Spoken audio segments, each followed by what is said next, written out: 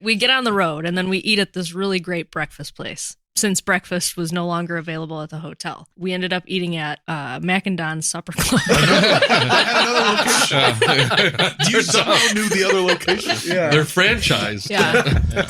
I'm a card holder.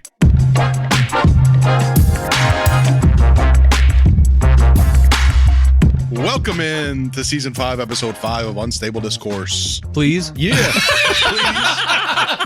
Please. Well, now you have to explain to everybody why that's funny. Oh, no. I can tell the story. I'll butcher it. Go ahead. I want to hear your version. You of want it. to hear? Okay. Yeah. Well, we just found out a new piece of information about this story. What is the quote? Just a Not second New to shit go. has come to light. New shit right? has New come shit to light. has come to light. She kidnapped herself, dude. Long story short, Alex and Liz went to the movie theater to see Monkey Man. Monkey Or Man. is that what it's called? I don't think so. Why does that not feel right? And That's- no, I don't think it's that's no, that's really what it's called. I'm such a boomer. I don't Yeah. think it's called Monkey Man. It's It is. Man. Yeah. Monkey Is it? Man. Monkey Okay, Man. good. Yeah. Okay. I thought, whatever. Go on. The entire theater was being harassed by some juvenile delinquents that were behind Alex. That's correct. And at one point, Alex had had enough of the juvenile delinquents, which we just found out were girls just a moment ago. Just which That is Teenage girls. you know, Uh-huh. Yep. it didn't matter according to Alex. They but could have been girly dudes. I couldn't see it. he told us a story a couple days ago. We all assumed it was dudes. It's very funny now. So he had enough, and he turned around and he said, "Will you guys shut the fuck up, please?" And it's very funny that he has been razzing himself since then, realizing that they are going to continue to make fun of him for the rest of their lives because he Yeah. ended it with "please." Please. Yep. Their friends group will That- have a running joke Yes. for forever. Yep. Forever. I don't have to wonder about that. They started roasting me back immediately in the theater. Immediately. Yeah. When I said, shut the fuck up, please, they started cracking up and then talking to each other about the fact that I just did that. And then I was humiliated. That must be why hashtag please is trending on X Yeah, for the that's past week. old. Yeah, that's gotta STFU, be. Liz and I got up and moved to a new seat toward the front of the theater and could still hear them through the What? whole movie. You move. Rude. Yes, it was awful. Anyways, welcome in to Unstable Discourse. I'm Alex Seminary, please, of Tailwind Media. I'm here with Ryan Fancher of Unstable Disc Golf Gear. Yes, sir. Also here with Sean Callahan of Delwood Disc Golf. What up, y'all? Jason Callahan of Bag of Tricks. Thanks for having me back. As always, you are welcome. And Sheila Callahan, the producer, I'm here. is in the house. The I'm Queen here. of the I'm here. I'm Canyons. here. Producer. Producer. Yeah. I just feel like I had Or is to, she like the producer? Like she's a Producer. grocer. Yeah. She does like vegetables. Yep. Yeah. Yeah. Nobody's grosser than The producer. Yep. Yeah, sure. Cool. I just had to clear the air. That's better than the poop noise. I know you don't love the Deucer nickname, and I just wanted to make sure everyone who listens knows that it's not what you think it is. She's just a great producer. For Yeah, us, it It's is. true. Yeah. Anyways, if you're here for the first time, thanks for being here. If you've been here for a while, that's even better. You're welcome. You're welcome. Today we're going to be talking about our trip. We just got back from playing Fox Prairie down in Southern Illinois and spent some really nice time with the Halley family. We're going to kind of recap that trip for you. Then we'll talk a little bit about our Fantasy Frisbee Analytics Reconnaissance Tournament. Mm-hmm. We got some updates there for you. Yes, we do. And other than that, we're kind of hanging out today. We have a pretty highly regimented episode most of the season. Every now and then we throw one in there where we just kind of hang out. That's one of these. So buckle up. We're going to have a good time. Or buckle down. We'll see. Buckle down. in. Buckle in. Just Buckle in. Buckled up. That's it. There we go. Wow, we're sounding really good here. You got it. Yeah. Before we get to all the main stuff of this episode, let's start this show with a segment called Fired Up. Buckled up. Fired up. Bah. Bah. There it is. Didn't feel Sean, right. you fired up about anything? Oh, what did I write down? I know I wrote down something. Let me just check my notes. Must be really fired up about it. Mhm. I am, I swear. Indeed, I am fired up. I got to cut the grass for the first time in 2024 today. You son of a bitch. Go ahead. Oh, was it yours? I considered did you making do that it mine, today? too. Why do we do everything the same? Stop it. It can still be yours. I will be mine. I also, Oh, yes. It will be mine. Stop torturing yourself, man. You'll never afford it. Live in the now. I also purchased a new trimmer, or maybe you call it a weed whacker or a weed whip. I got a new one of those, an Echo. Shout out to Midwest Power Equipment in Joliet for, again, hooking your boy up. I've purchased my mower there, tons of stuff. Sergio's the owner, awesome guy. And went back out there, got some stuff. And then also, last but not least, on Sunday, I am playing. Brian, are you still playing? I don't want to talk about it. Okay. Is my fired up? You're complete fired up? No. Okay. This Sunday will be first 2-round, 1-day C-tier Smooth Series Highland. Mhm. So stoked for that. I got to get the putter warmed up this week because it's been feeling very cold. I'm jealous. I would really love to play that. Get on it, dog. I am going to be on a plane.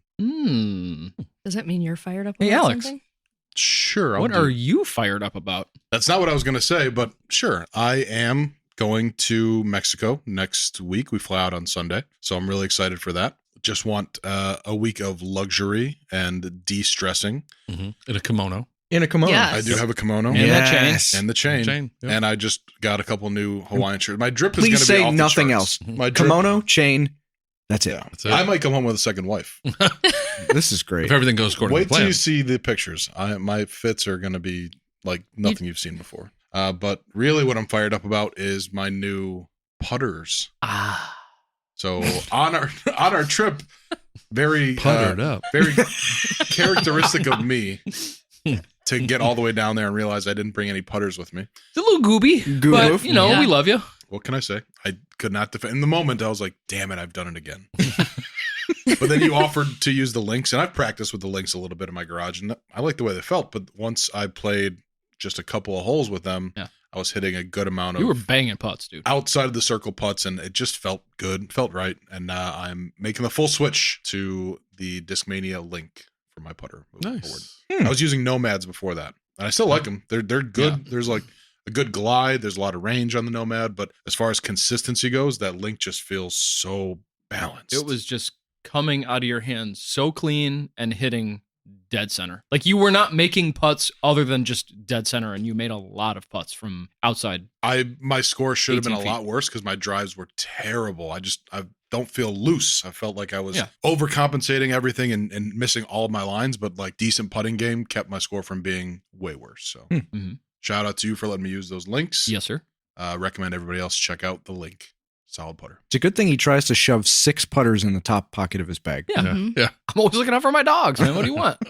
That's true. When you offered me an extra putter, you gave me 2. I was like, I could have given you a got triplets. 2 extra Yeah. putters for Yeah. me. All right, cool. You've said before in the past, though, your bag is mostly putters. I carry a lot of putters. Yeah. I like having, go to a tournament and you want to warm up and everybody's like got 2. I have 6. Yeah. Smart. I could find a practice basket and, get warmed up quicker. Shortly after I started playing disc golf with you, you started throwing putters a lot. Mm-hmm. And that transition was very quick. And you've done it ever since. Yeah. So I don't blame you. It's There's a Great. lot less movement once it hits the ground. There's a lot less movement when it's in the air. Even if it's a stable, understable, doesn't matter. Putters are just so many more people need to throw putters.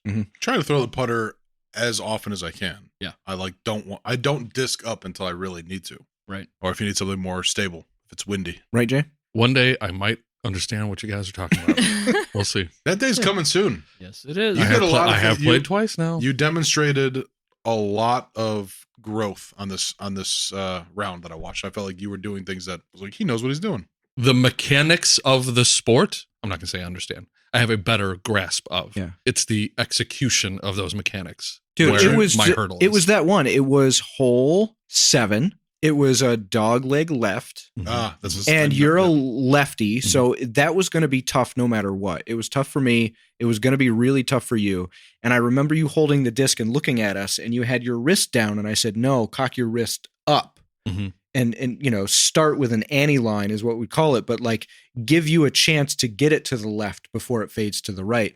And you threw it, and it went left the whole way, and it just glided through that whole line, and you turned around, and like you could see the gleam in your eye, like, Yeah. I've done it. That was. Yeah.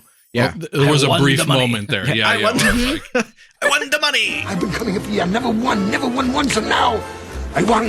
the disc finally did what I Yeah, wanted it to do. it was cool. Yeah, that was pretty cool. It's funny how that works when you think about it for a little while. Yeah. Right. That's one of my biggest flaws is I don't take the time. I just immediately get frustrated that's not working versus recognizing that it takes time Yeah. to get it all figured out. Sure. And The biggest one, You which gotta miss you've 10 putts before you make one. you've kind of taught me, a lot of beginners do this, and I see it a lot more now that I've seen you do it and I was paying attention, is high doesn't mean far, Right. right? So you want to throw it far. Everybody just throws it up. That's the opposite of what you should do, because then it's not going to go anywhere. And like trying to convince What goes up? yeah, Must come down. Yep. trying to convince you that that is not the case, and seeing you get that and then see the results of that, it was really cool. It was fun. Let's transition to you, Jay. What are you fired up about? I have a fired up and a fired down. Oh, yes. So, which you guys tell me, what do you want to hit first, up or down? We've been up twice in a row so far. Fired down it is. Fired down and then let's bring start it back. down and let's bring Right. you back up. Fired down was I've been up this whole time. Cannot wait. okay. Here's where I start the story. Maddie bought tickets to see Nicki Minaj. I'm going to call this fired down, but also Beef. Yeah. He got beef. Maddie bought tickets for Nicki Minaj for her and two of her friends, strike one. Nicki Minaj. assuming that those friends were going to go. They, of course, flake on her at the last minute. Because they didn't have to pay for it. Right. And they're not friends. Let them hoes know. And so she immediately, my daughter, I will give her this, she is the biggest sweetheart in the world. Her first thought was, can I take my cousin? Which is great because we don't have time to get into that story. Can I sidebar on how, as an uncle to both of them, the seeing them together on socials warms my heart in a way that only that could warm my heart. Sure. Yeah. I love for it. sure. Yeah. That's the next generation of the family. So seeing them spending time together. Making Yeah. those connections The is best. very important. Yeah. That she was immediately. Multiple birthdays now. Maddie's own birthday has been like, can we just go get Ella and go to dinner? Because she just thinks about her in that way. So her first thought is, let's go get Ella. And that's one of the tickets. Then it was, which one of my parents are going to go? And I will get to my fired up as to why I almost wasn't able to go. But I was able to go. It was in Milwaukee. So it was an hour and a half drive. It was at night. I knew Mandy wasn't. She's not. Who's getting to Milwaukee in an hour and a half? Yeah, it only took an hour and a half. Yeah. That seems Wrong. No, yeah, I feel like it should be 2 to 2.5 almost. hour and a half. Well, hour and 39 if I'm. Well, it was an really hour and a half getting into once I was past O'Hare. No, hour and a half. So Oh. I decided. Joe Moore, tell us. Yeah, Joe Moore, hit us in the comments, please. I decided to take Maddie and Ella to this Nicki Minaj concert. To the good land. Yeah, Yeah. and it was Isn't Milwaukee an Indian name? Yes, Pete, it is. Actually, it's pronounced Milwaukee. one of the worst experiences I've ever.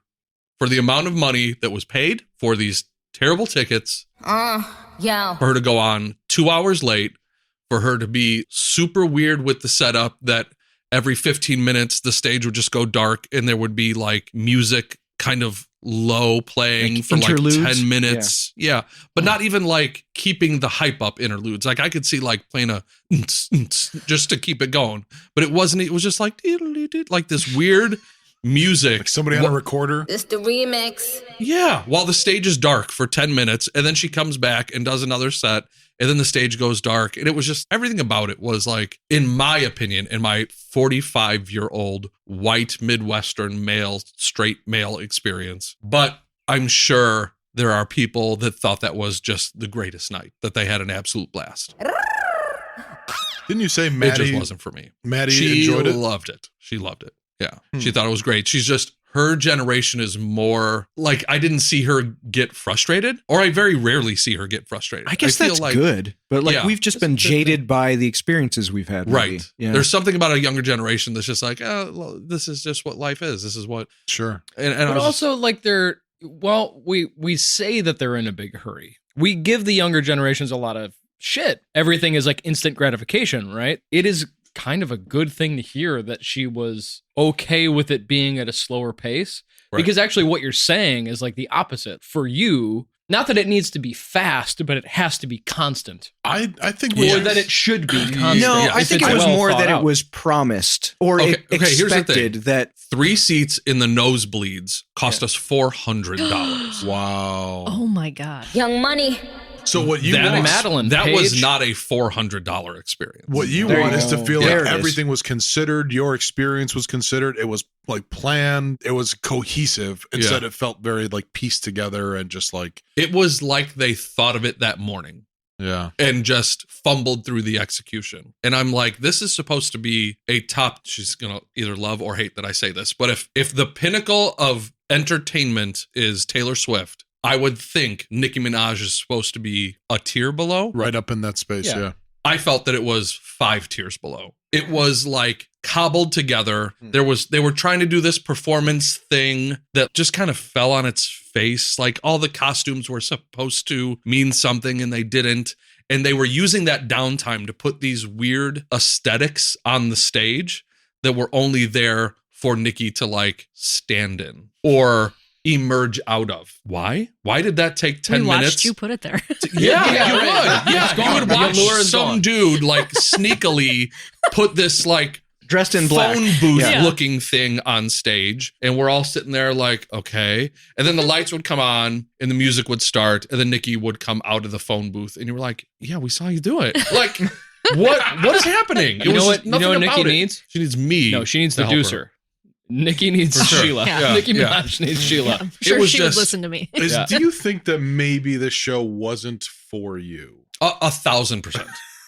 You did call I it out. was the You called it only- out at the beginning. Like, I'm a Midwest. Was anyone- 45 Midwest Yeah, yeah. white straight guy there. Nothing about I the just show worked for you. I just was. It wasn't for me. Was there But, anyone like- near you that was frustrated, or were you No, just it was in just your own me. bubble?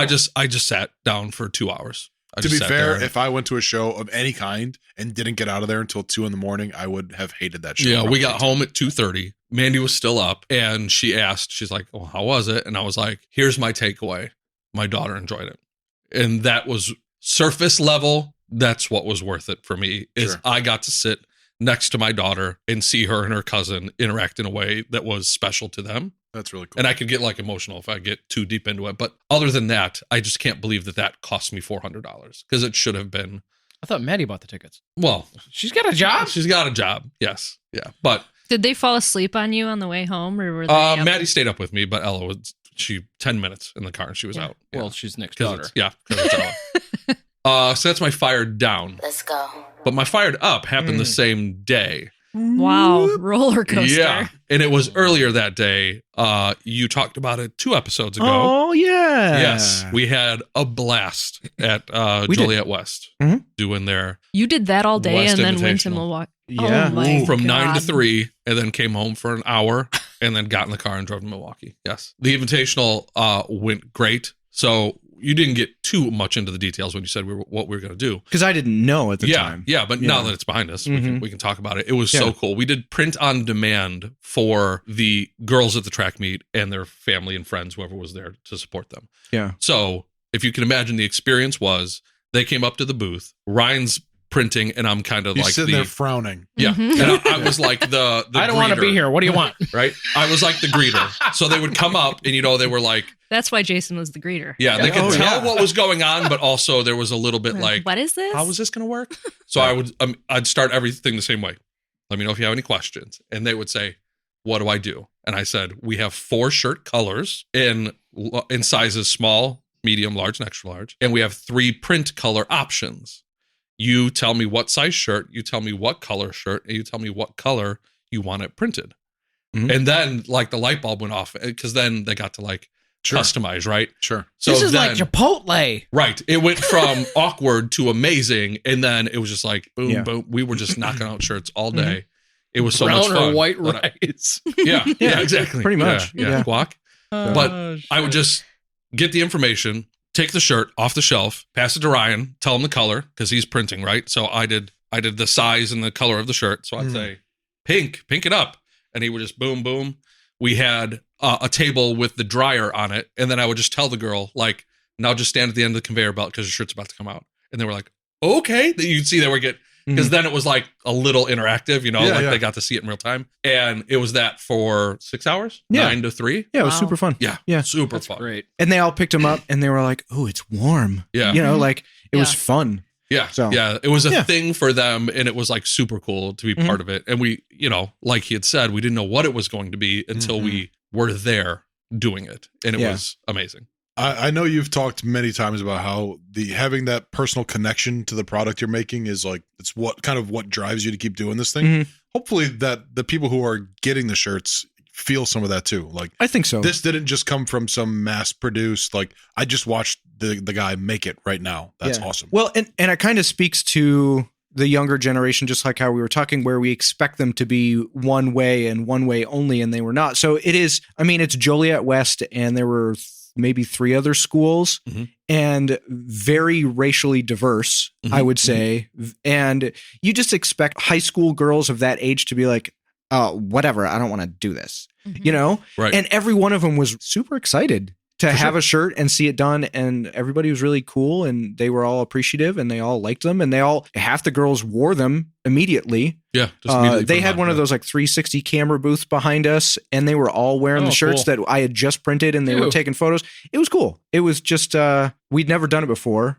We learned a bunch about what we should do next time, obviously. But yeah, I'm glad I had like an old print setup that I could do separately so we could take that all there. It was cool.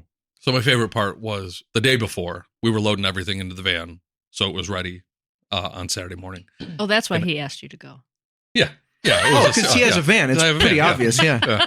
And I told him, I was like, you're going to put the Top Secret logo on some shirts for us to wear to look professional, right? And he was like, well, I hadn't thought of that. And I was like, think of it. Yeah, sure. Do it tonight so you have them ready. And why would you not? Yeah. He made, Dad, is that you? He made 2 great shirts. I'm wearing it tonight.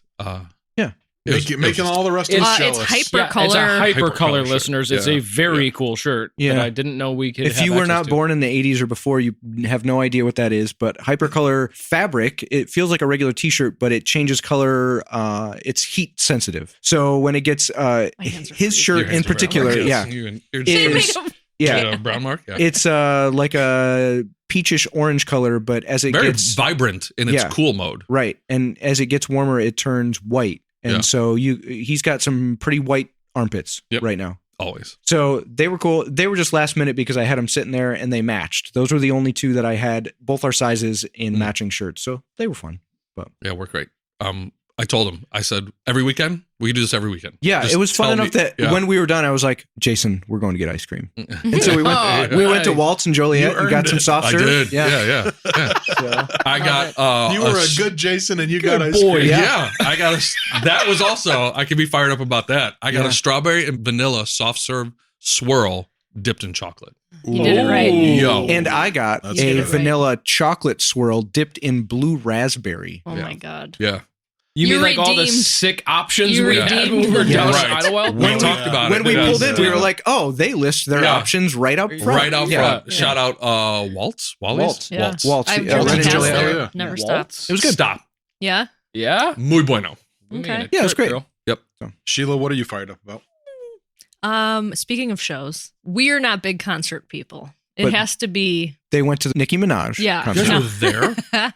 it has to be a good show that entices me to convince Sean to go. It's true. So typically when we do shows, we go above and beyond. So we are flying to Denver next week to go to Red Rocks to see. The ghost of John Denver. Yeah. Rocky Mountain High, Colorado. A Perfect Circle, Pussifer, and Primus.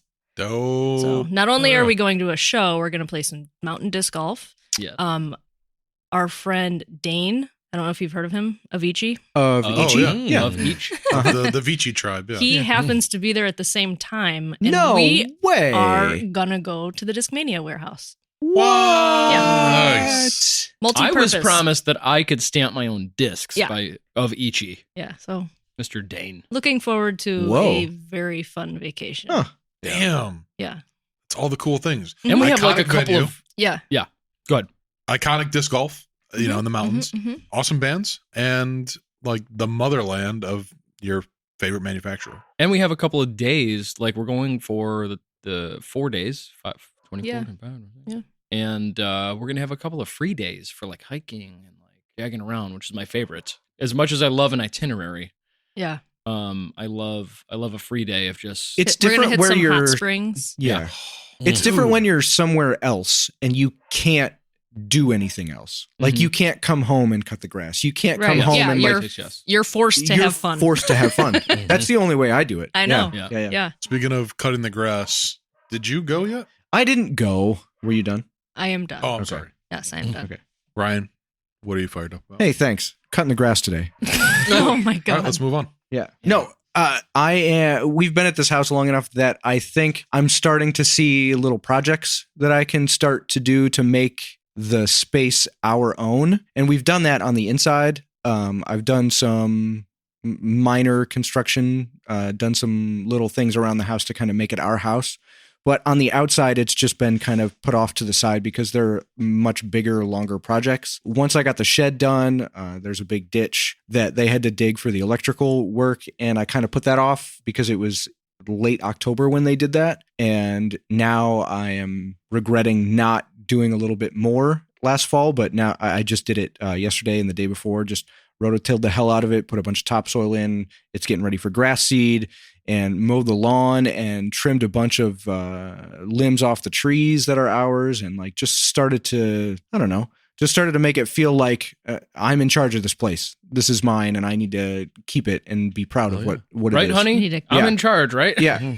So the deal is, my wife will fix up all of the plants that she has. She has That's- flowers, and she has all this crap that she's got all over the house. Right now, they're all inside because it was cold out. She's going to put them all outside.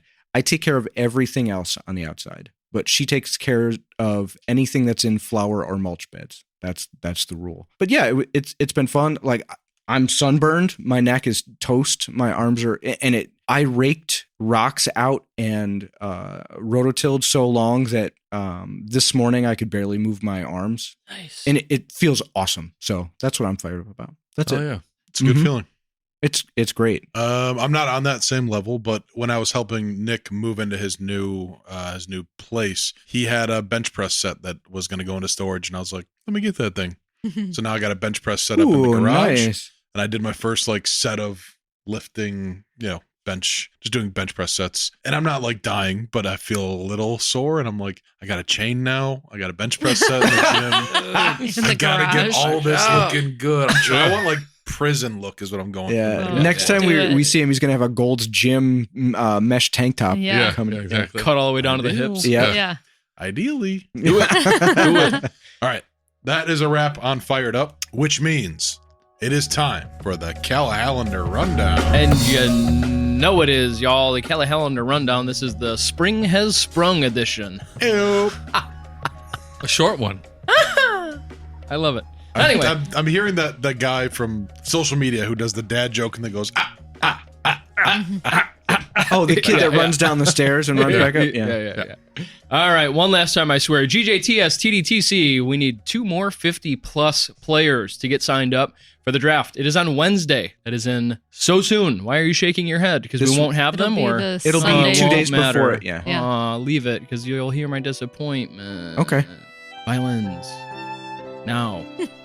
if you cue the violins, it's got to Serenity So, now. because I'm an idiot, guys, we're going to move on to the 4th event in the GJTS. It is the 21st New Lennox Open. Jason, hit me with a tagline. New Lennox.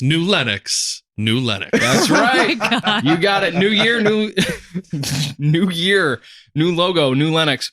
The event So is close. on May 25th and 26th. It is an AM-only event. As you know, registration goes live on Friday, April 19th on discgolfscene.com. Come on. Peter? Peter? Peter. Yeah, that is a short and sweet one because we don't have anything in June. So excited. I got to admit, I'm with Sheila. I'm so excited Yeah. to not have anything in June. Yeah. To take a little bit of a break from tournament season very quickly, starting in June. And July I'm not is gonna be fully tight. mention it. Yeah, I mean, it's going to kick off, but I'm very excited that Delwood and the return of the Masters at the Oaks, that'll be going live Mhm. the June 7th, I believe. So Mhm. very short and sweet Callahan rundown, but I am going to kick it over to Alex because he does have something for Disc Golf Chicago. Yeah. Chicago. Sunset Shish kebab, Shawshank Redemption. Chicago. You're out of there. Disc Golf Chicago's Sunset Dubs. That's a random doubles league that's been going on for, I don't know, a handful of years now. I used to be the main driver there, but I have really, really taken a backseat to a lot of the Disc Golf Chicago stuff these days. And so George Pena and David Pena are now running that league. Big shout out to those guys. Worthy. Mondays, 6 p.m. It is a 12-week series. It rotates between 3 different courses. KLM, that's Catherine Legge Memorial in Hinsdale. And then Summit in Summit. And Oakbrook. In Oakbrook? In Oakbrook. That's kind of like that song, Bad Company. Who does that song? Who sings that song? Is it Bad Company? That's right. And what's the name of that album? Oh, the album. Oh, shit. It starts with a... I think it was... Is it B? Bad Company? That's it. Yeah. Okay. Anyway, go ahead. You sign in at 6. There's payouts and CTPs, $10 weekly. It's a point series, so there will be trophies at the end of it. And if you haven't been to one of these leagues before, George and David run a tight ship, and they donate a lot of good stuff for CTPs out of their own pocket. So, so it's a good show. Definitely recommend you guys go out and check it out. You can find details on Disc Golf Chicago's Instagram or Facebook, and probably on UDisc as well. But I don't know because I'm not running it. All right. Cool. Well, yeah, you can see the schedule of where each week is if you look on our socials. Oh, awesome. All of that unofficially brought to you by DiscGolfScene.com. Sheila only? Come on, Pete. Yeah. Nicely done.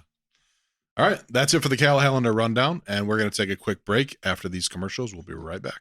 Hey, Disc Golf family, it's Andrew Weary with Redemption Disposal and Recycling. If you need a dumpster, we are your go-to local contact. Are you getting a new roof, remodeling your house, or doing some landscaping? Maybe you're just looking to get rid of the old junk to make room for your new hyzer racks and disc golf gear.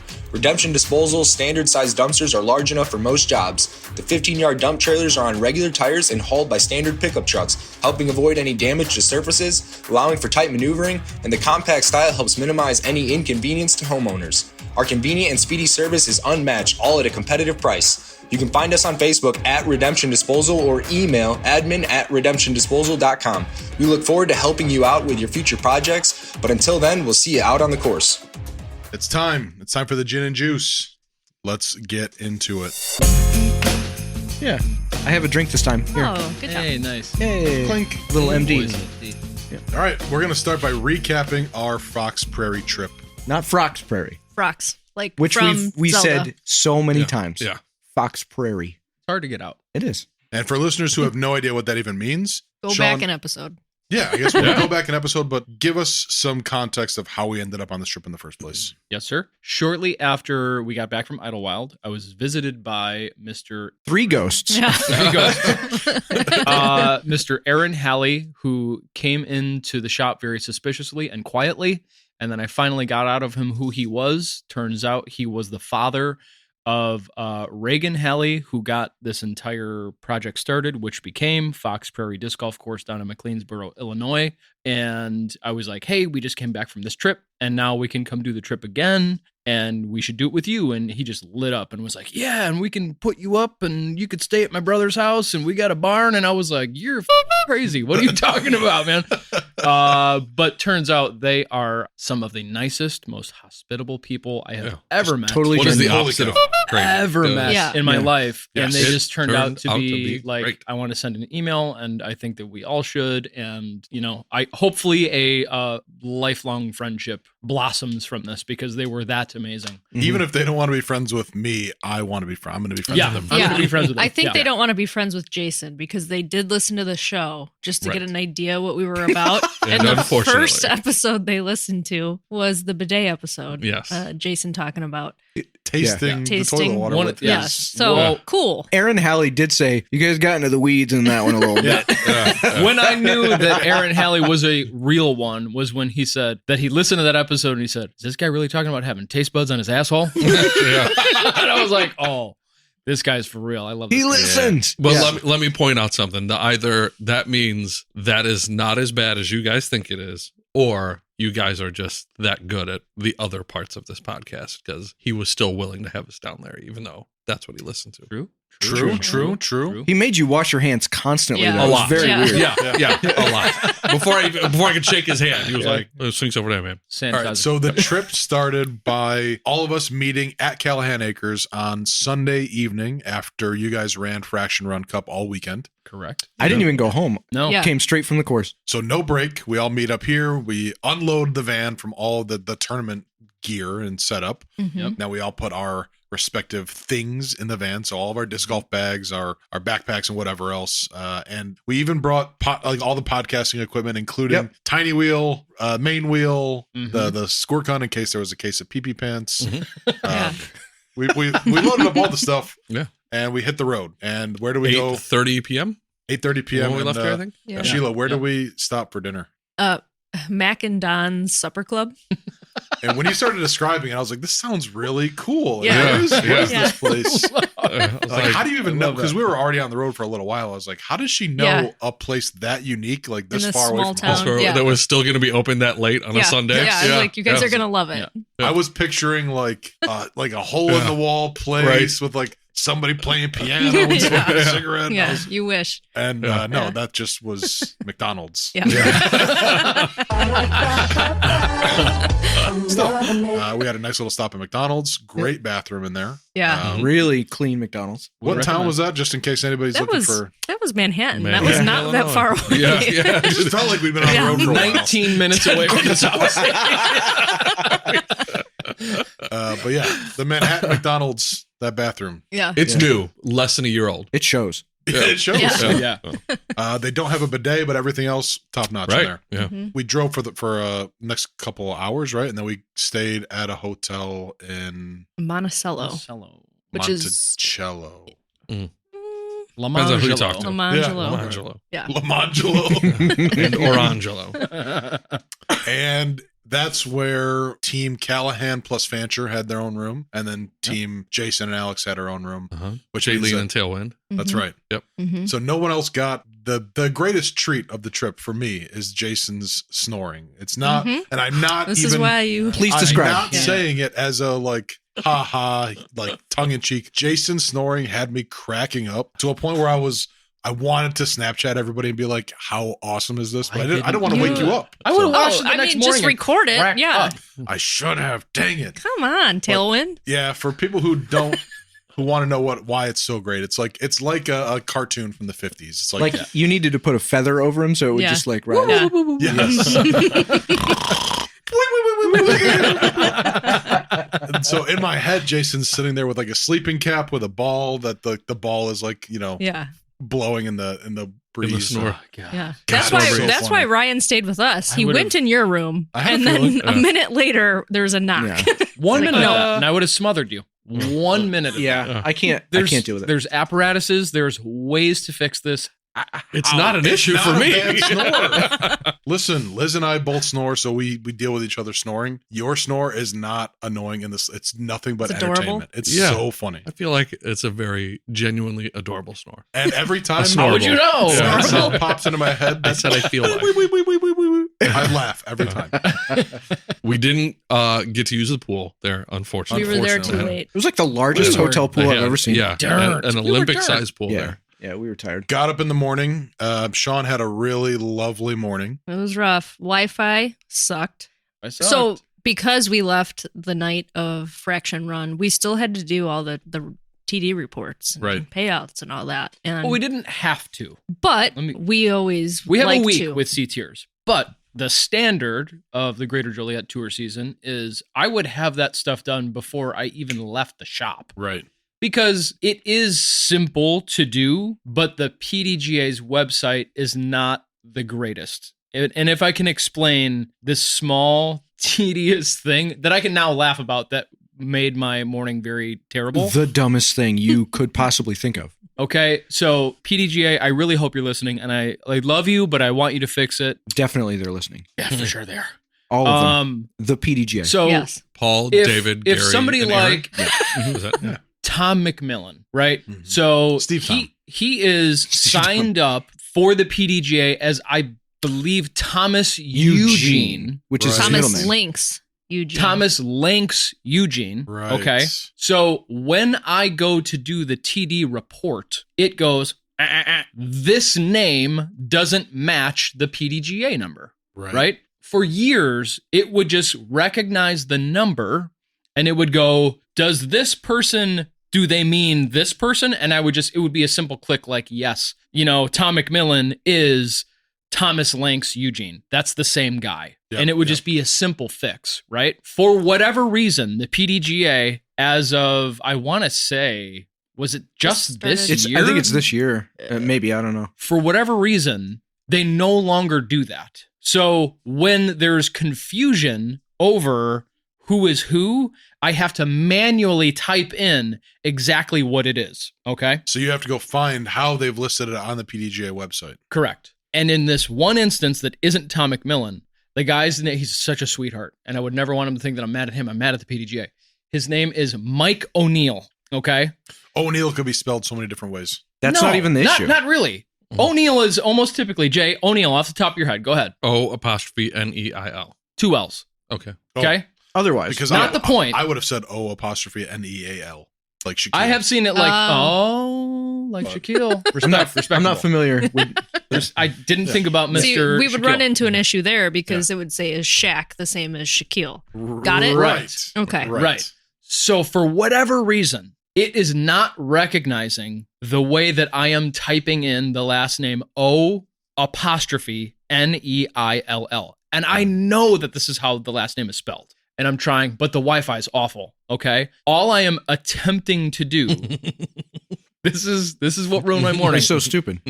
All I am attempting to do at this point, when you saw me almost blow my lid, was open up another window, which was pdga.com, search Mike O'Neill, and copy and paste O'Neill from his PD, because I know that this works, because I know a way around it, because I've done this a million times already with Mike O'Neill. I needed to copy it. This was so simple. Open another window, copy and paste the last name, enter it, and I would have been done. And I told you guys later that like I couldn't be on the trip until Fraction Run Cup 6 was submitted.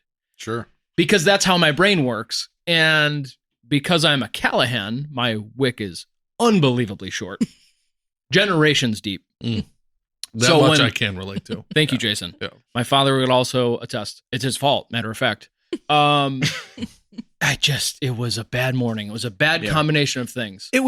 So it should autocorrect. It should know. The PDGA should have never gotten rid of that. Completely? But then when you type his name in, it should correct itself. But then on top of it, the no Wi-Fi. But what I think has happened, the only reason I can explain this away is that the apostrophe is somehow a different keystroke. Right. On the PDGA site and the financial site. For, because there's a couple different apostrophes. Sure. I don't know. Like, that's the only thing I can think of, because every other keystroke is the same. And when you type it in, it must be the wrong one. So it's like, nope, you can't do that. And it's totally like a weird computer clerical issue on a person-to-person level. It's infuriating. Is that Mike O'Neill? Yeah, it's Mike O'Neill. Submit. He's got a what's the point of the PDGA number? Right. Why are we not just going by numbers? Right. Totally. Why does his name have anything to do with it? Yeah.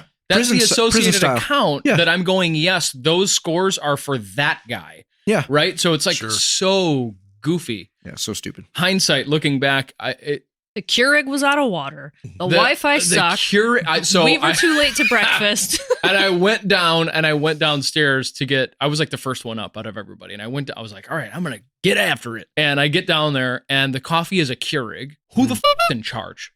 A Keurig? Do you know how fast those things run out of water? Where's the water supply? There wasn't any water. There wasn't any. There isn't any water. There was a whole pool right next to you, but it was closed. Dude, what? Like, put out one of the big, they're called carafes, right? Yes. Put out a big carafe of coffee. So, what are you doing? While this is all going on, you brought up your dad, which is very funny. You're messaging your dad about all of this, and you said something about, what would you do if the Keurig, which is ridiculous, at our hotel was out of water? And his response was, probably go to jail. And that was pre me getting upset at the PDGA. So it was still funny at that point. But man, I tell you, ramping up between then. that Wi-Fi and Meanwhile, the PDGA. we are all sitting in the lobby because we're like, Sean needs a minute alone. Yeah.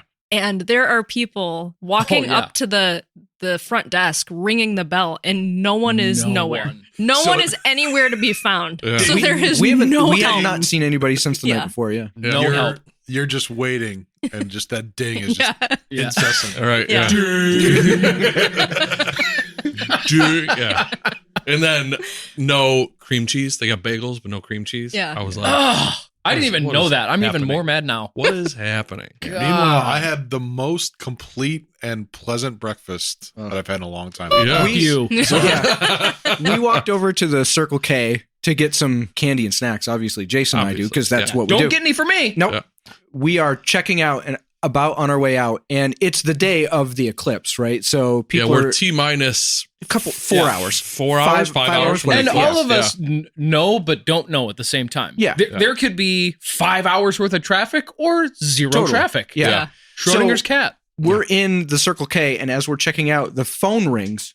Why do they have phones at Circle K? Okay, so this woman from behind the counter, who is super nice, answers the phone. You can tell what the person on the other line is thinking. So she says, "I'm sorry, we sold out of eclipse glasses about an hour ago. Yes, ma'am. Maybe you could try X location, whatever." She said, "Maybe you could try the library." "No, I'm sorry, ma'am. I'm sorry, ma'am." "Ma'am, I'm sorry." And she just kept saying, "I'm sorry." Like, this person Unbelievable. was so rude to a woman at Circle K. Right. Gas station. Why would you call the Circle K? Why would you bitch at her? Yeah. And why are you doing this 4 hours before the eclipse that we've known for 1,700 years Yeah. was going to happen?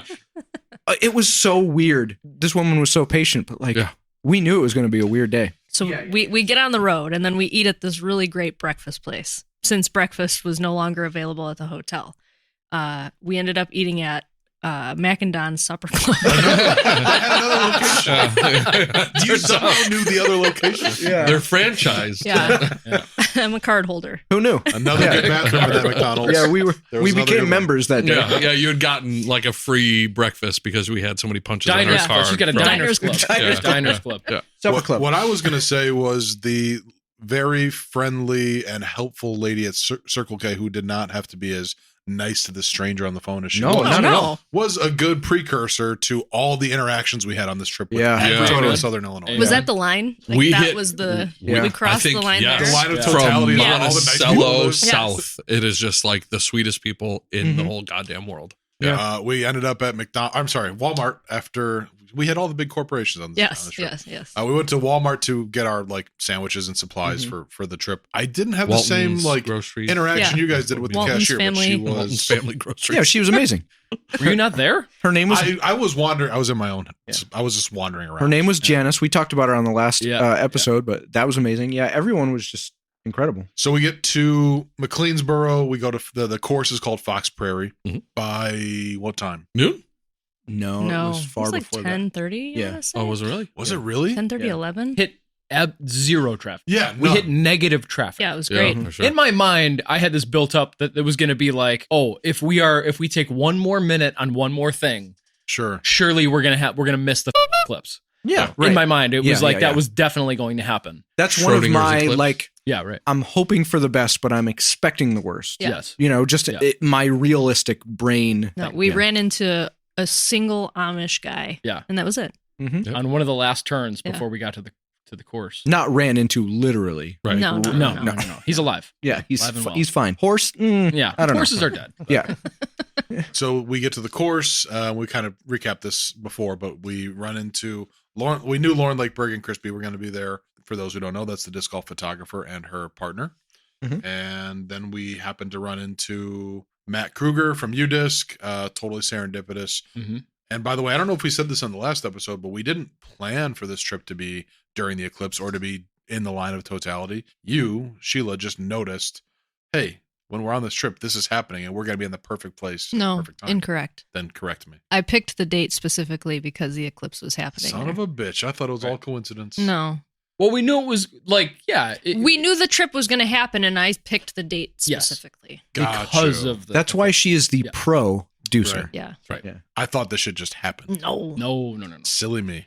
See, if Nicki Minaj had had that, Yes. Right. I'm saying it Yeah. would have been a Would've been- great show. You would have had a great time. I had a great time. We talked a little bit about the things we liked about the course already. So let's talk about sort of your overall rating and and the grade of the course. Yeah. Your sort of course experience. I know Sean rated it officially on UDisc, and I don't know what the rating was specifically, but I think the only one that it didn't hit on 5 out of 5 were the amenities, which they understand and they know and they're working on, which bathrooms and things like that. Parking. Yeah. But otherwise, like, it hit all the marks. The T signs are a work in progress too, which, some of them were kind of facing the wrong direction depending on where you were standing in relationship to what direction you were throwing. But they weren't terrible. They were there. Yeah, right. You could follow it. Better than not being there at all. Right. Yeah. But everything other than that was just 5 out of 5. Yeah. It was just what you would expect of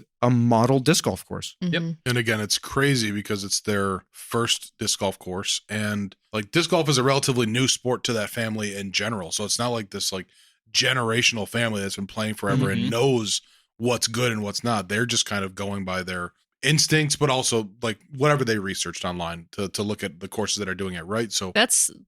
What I feel is super unique to it is they didn't have the experience, and then other people stepped up to help, and everything just seems so nice and like, I guess Southern Illinois. I feel like around here, people will try and start something, and you immediately get nice people, but you'll also get people who have been around a long time naysaying everything. You get and like, gatekept. you Almost get gatekept. immediately. There's always pushback on stuff. So I feel like down there, they have like an awesome situation. Everybody is super nice and everybody is helping for the greater good instead of like trying to one up each other or dick measure. And sure. It's a couple of engineers and then a couple of disc golfers. Yeah. Aaron said something that I kept in my head, and it was a small thing, but it was very typical of, I think, their process was, I think it's on hole 7, that same hole that I was talking to everybody about, Jason throwing that good Annie. Leading up to the tee box of the white tees, there's a bunch of gravel. Like very obviously, like 20 or 25 feet worth of just, thick gravel. And then the tee box. And he was like, yeah, I didn't want people getting muddy boots and scraping them off on the tee box, which is something that we say all the time, because if enough people do that, then it's all slick with mud. And we complain about it when it's muddy. Don't do that. Wipe your boots off somewhere else. Don't wipe them off on the corner of the tee box. But he'd already thought of that. It was just a tiny little tick mark. Oh, we're going to put gravel down instead. Like, and he's done his research too. Yeah, like, there were so many tiny little details that he had nailed that he didn't even give a second thought to, that were so neat on that course. All that being said, I still think my favorite part is that he was still convinced that no one would even come. Yeah. Like, he is so, he made a joke on the last episode about like the way that he and I think very obsessive compulsive, that he was such a nerd about all the stuff, but he also didn't think that anybody would even come. Like, it was more important for him to do it right. Just because that's how he does it. Just because he's that passionate about making sure that things are correct. Yeah. And I just identify with that. He was so more much. passionate about doing it right than he was about the sport of disc golf. Yes. And it was I very, love that. I love that. This, what I'm about to say is a hot take, but it is my take independently as somebody who has only played at 3 courses. I played at Idlewild. What's the course at the Natty? Mount Airy. Mount Airy. And I played Fox Prairie. Those are the 3 disc golf courses I've played. Fox Prairie is the best disc golf course that I've played on. Elaborate. To me, when we did destination penetration and we landed on Idlewild, I thought that you guys were taking me to the Disney World of disc golf. And I felt like you guys took me to a Nicki Santa's Minaj Village? concert. Yeah, Santa's Village. Yeah. Like, or not even like, I felt like it was the like a local fair that you took me to. That's hard for you. That was hard because we've seen it like on coverage at its peak and know what it can be. So for us, it was kind of like Disneyland. Yeah. If there isn't a second of Disneyland's existence where it hasn't been Disneyland. Yeah. Right. And that course is not treated that way. It was, I'm sorry. I know we talked to the people that are in charge of maintaining it and they have a lot to deal with. But if that's supposed to be like a disc golf mecca, no matter when you're there, and we were there in the summer, we didn't go in the dead of winter. It shouldn't have felt like we were playing on an abandoned course. Because honestly, that's just my take. I felt when we went there, it was like nobody had played that course for 5 years. Then we go to Fox Prairie, where it's these people that only started playing disc golf a year ago. Post-COVID. The place has only been open a year. And I was like, oh, this is what top tier disc golf is supposed to look like. That's just how it felt to me. I agree with you. I agree with Jason. I can't agree with that. I agree with your opinion and your assessment of what it is, but your feelings are wrong. No. Your feelings are correct, but I don't think you have all of the context for that. For top level premier disc golf, Idlewild is one of the best, and it will be. We didn't see it at its best because we weren't there during the hoopla of it all, right? Were we just there a couple months after? No. I'm saying like you got to be there when everyone is there. You've got to see the spectacle. Yeah, right. And also to elaborate on what Ryan is saying too, there's so many definitions of what makes disc golf good. Yeah. You are thinking of it from the entertainment aspect of it. Well, sure. Right? Yeah. Which is so important. And I'm totally with you on that. Yeah. But I would say there's definitely probably more opinions than not of higher level players, rated players, skilled players that would play Fox Prairie and go, oh, that's just a pitch and putt course. Yes. I want to go to Idlewild because it has teeth. The definition, it just depends on the perspective of the person that has the opinion or that has the weigh-in. Right, but you're talking about 1%ers, right? You're talking about top tier disc golf players. I don't think the other so. 99%, their opinion doesn't matter. Well, maybe say 5 to 8% because there's 4 the other 95 to 4 to 7% of people matter. that think that they are top tier or just want to have courses with teeth because that's what they want. So I agree with both of you guys. You're both making great points. What I was going to say is Idlewild for the spectacle and for the teeth, obviously, but Fox Prairie for the entire feel of disc golf and for the 95%. We are part of that. I'm never going to score out of playing a disc golf course like Fox Prairie. I will always be challenged by a course like that, even though it's not long, even though it's not crazy hard, right? It can be if they move stuff around. We didn't play from a lot of the blues. Maybe that would, obviously it would make it harder. That would make a huge difference. Yeah. But still, I don't think I would ever get to the point where I'm like, oh, this feels like Shorewood to me. I need to get to a different course because we don't have that. Whereas maybe even like guys like Ryan Stilson, Finwall, those guys would probably play Fox Prairie a few times, play the blues and say, okay, we're good. We need to be challenged more, even if they don't, right? They're looking for the Idlewilds. They're looking for the teeth, right? They're looking for the difficulty level that surpasses what they can achieve, right? And I don't think Fox Prairie is difficulty-wise up there on that scale. It has enough difficulty that makes you think, and it's engaging to a beginner player and a more advanced player. Like it offers that. But if you are at the most competitive level, what makes you think and what challenges you is it's a smaller, that one extra 1% of difficulty makes a huge difference. Right. And I think Aaron Halley was talking about how he's seen a lot of the big courses like Idlewild and Northwood Black and those like super challenging courses try and hit that 10,000 foot length mark. Just to say that they to hit that mark. And he was like, I wonder if we could get there. And I told him, like, you don't even need to think about that. It's not even a part of your chase. That's not what it's about. Yeah. The tour's not going to stop at Fox Prairie. They don't belong there. They don't deserve to go there, to be frank. I'm going to be frank. Okay, can I still be Garth? It's too nice an entire spectacle for the DGPT to ruin it by trying to make it something that it's not.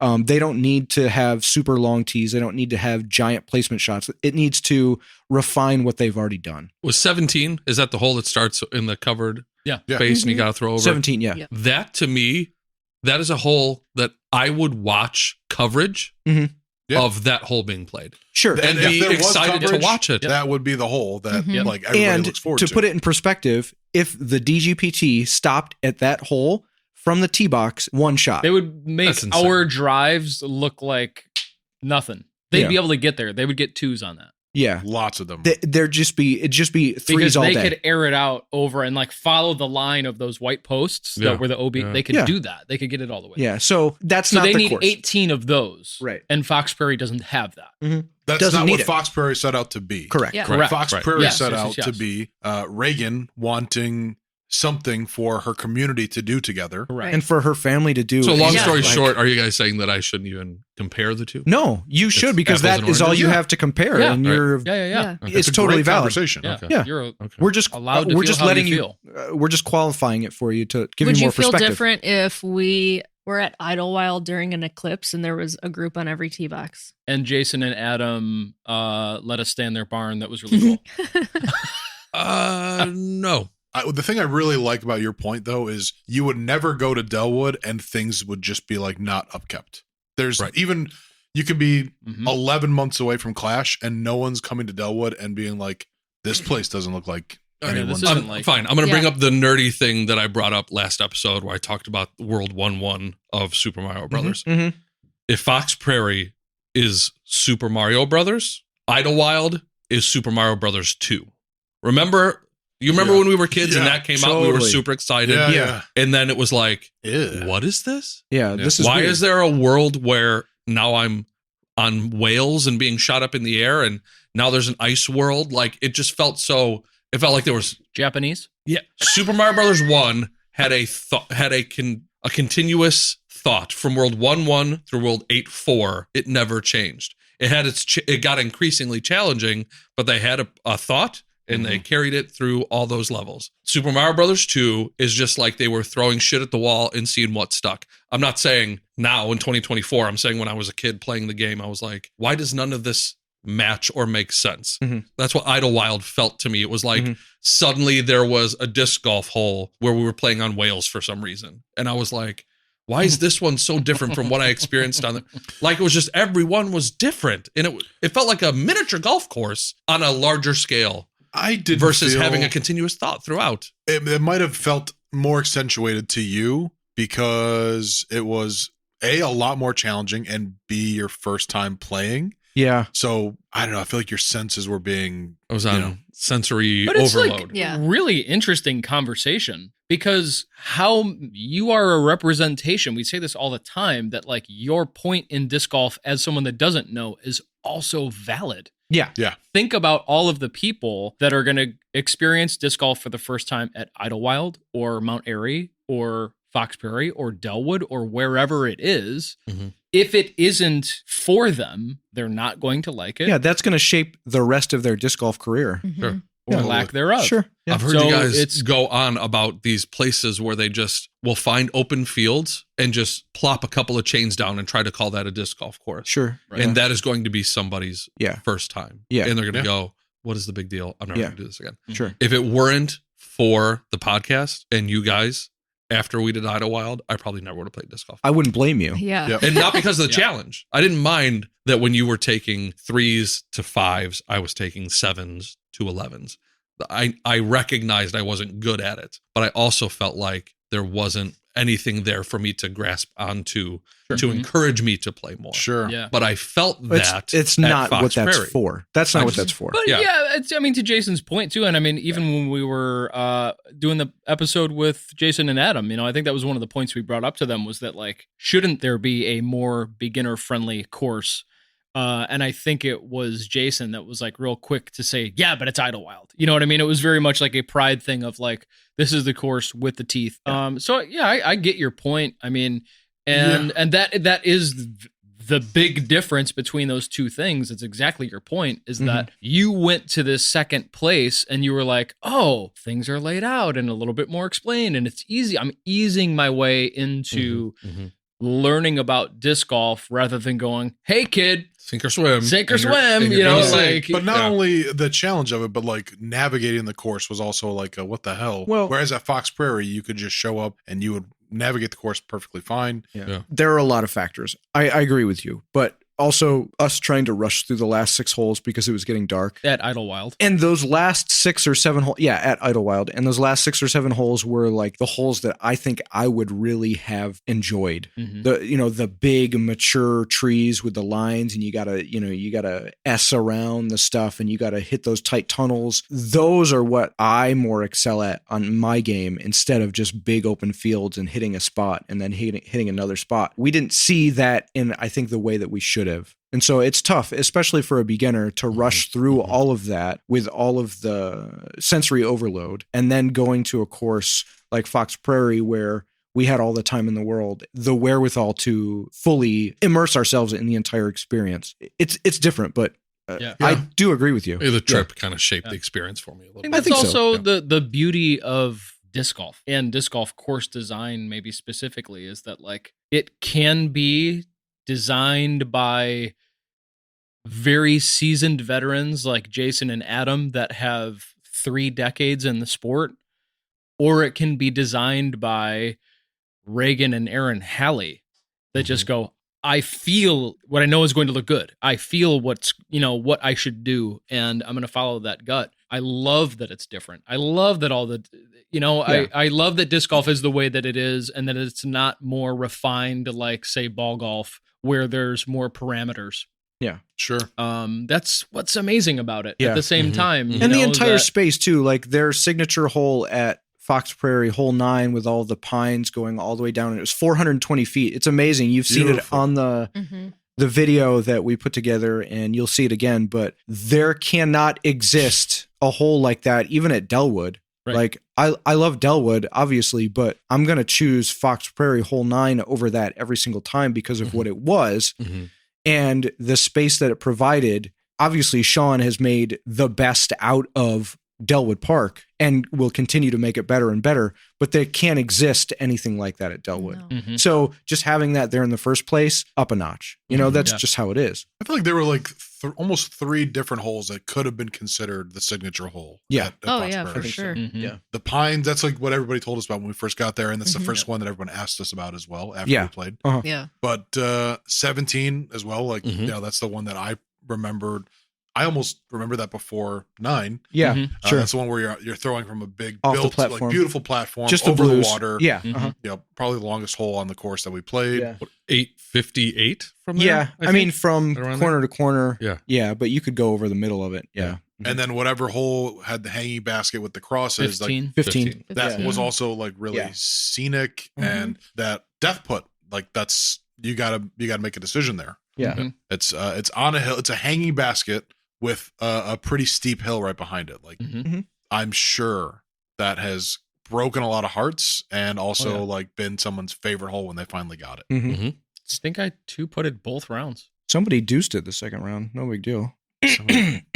Some ugly bastard, probably. From a short. But the course, I think we all loved it, and we love like, what it is and what it was meant to be, and again, what it's going to continue to evolve into. Like super, super fascinating, and just it says so much about the family, their work ethic, and their resourcefulness. Like the people they brought in to help make sure they were doing it the right way. They were taking advice from like other folks locally, and from the experience we had on the course to the experience we had at their house. I just don't see them as people that take shortcuts. I don't see them as people that they consider everybody else. Yes. And that came through in their hospitality in such like in so many cool ways. Yeah. I think it was cool that we played it without any input day 1. And then we met everybody, got some insight. And then on day 2, we played it with Reagan and Aaron. And he was even showing you some of the B-pin locations that they were thinking about. And it was nice to get that second round in with them. But specifically, not just showing, but trying to see what Sean thought. Hey, we're thinking about putting it here, and really getting input from everybody on what they should do, because there's never a my way or the highway thought in their heads. Right. It's we're going to try and consider every possibility and get all the input before we do it. That's when you almost lost LaQuanda. All of this happened after we recorded that day. Yeah. So that second round that we played with Aaron and Reagan, on hole 1, I was like, we didn't throw from the blue tee before, and me and Alex we were like, let's throw. step up and I throw my blue essence, as everybody knows, is LaQuanda Blessings. She's a black queen. It's not racist. She's a love. I love her. I turned it over really hard, and it like went over in the OB Creek, and then I never picked it up. Yeah, we got distracted by B-pin Didn't positions. dawn on and, me yeah, all until this stuff. like way into the round for whatever reason. I think, matter of fact, it was 9. Hole 9. It was Yeah, it was 9 going on in because 10. I was Yep. We just came and I out was of the pines. freaking out. What was it? Like you there was went, a card. you were like, I asked, "Oh, there's a card behind us. I'm gonna No, go." we bumped into Oh, Nate and yeah. Steph. That's right. Yeah. Nate and Steffi were there, and we just happened to see them. They were down there, and Yep. congrats to them. He had proposed to her. It was during the Super eclipse. Yeah. during the eclipse. Very cool. Well done, sir. And he was like, yeah, the group behind us found it. And I was like, oh, thank God. And then I couldn't concentrate until I got her back, and I got her back. And then we ended up talking to those guys who ended up being Spider House Disc Golf, which And is great friends with Dane of Ichi. Turns Yeah. out he Yeah. knows everybody. They have a shop. They were Yep. the ones that have It's the like a only mobile retail. shop. Yeah, mobile right. shop, and Yeah. they do tournaments and stuff like that. Yeah. So it was cool to meet them, and they knew what Delwood was. So that's great. I love having those. Those dudes had a little- good vibe. They did. Yeah, They were great cool. vibe. Mm-hmm. Yeah. So we got her back. Mm-hmm. We got her back. She's back with the fam. We were with them for 3 songs on their Bluetooth Mhm. on one of their bags, and not a single one of them was Sublime. I was very impressed. I was waiting. That's true. Yeah. We took this trip to Garden Grove. Yeah, I was just waiting. Uniquely, so I played Mokina with Amy and Ashley and Dana, and there was a group behind us, and they were playing Shakira, and it was 4 dudes, and I was like, "This is interesting." Wow. Yeah, Shakira. Shakira. Yeah, What Shakira song was it? I Whenever, wherever, right? no. It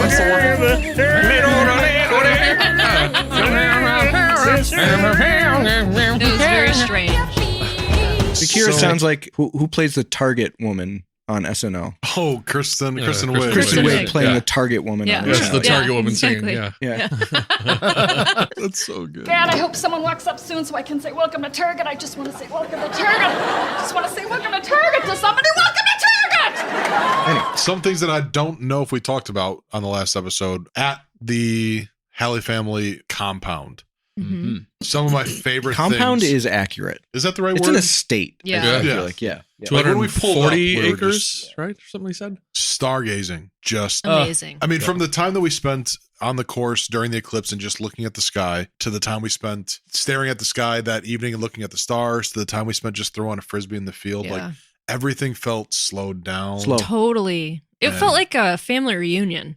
I was like, this is, Yeah. I don't know. I felt like I was there before, but I don't know. It's hard to I explain. think it's because they made you feel like you were family. And Yeah. Sean, I think you said like my own family reunion, they wouldn't be this hospitable. No, Yeah. seriously. No. I mean, you feel uncomfortable because you hadn't seen some of the family in a long time or whatever, cousins Yeah. of cousins or whatever. Yeah. But yeah, I mean, it was like open arms. In It's any still other is. scenario, I would have been creeped out, but I wasn't Yeah. because they Yeah. were so genuinely So- kind. Yeah. So It genuine. was open.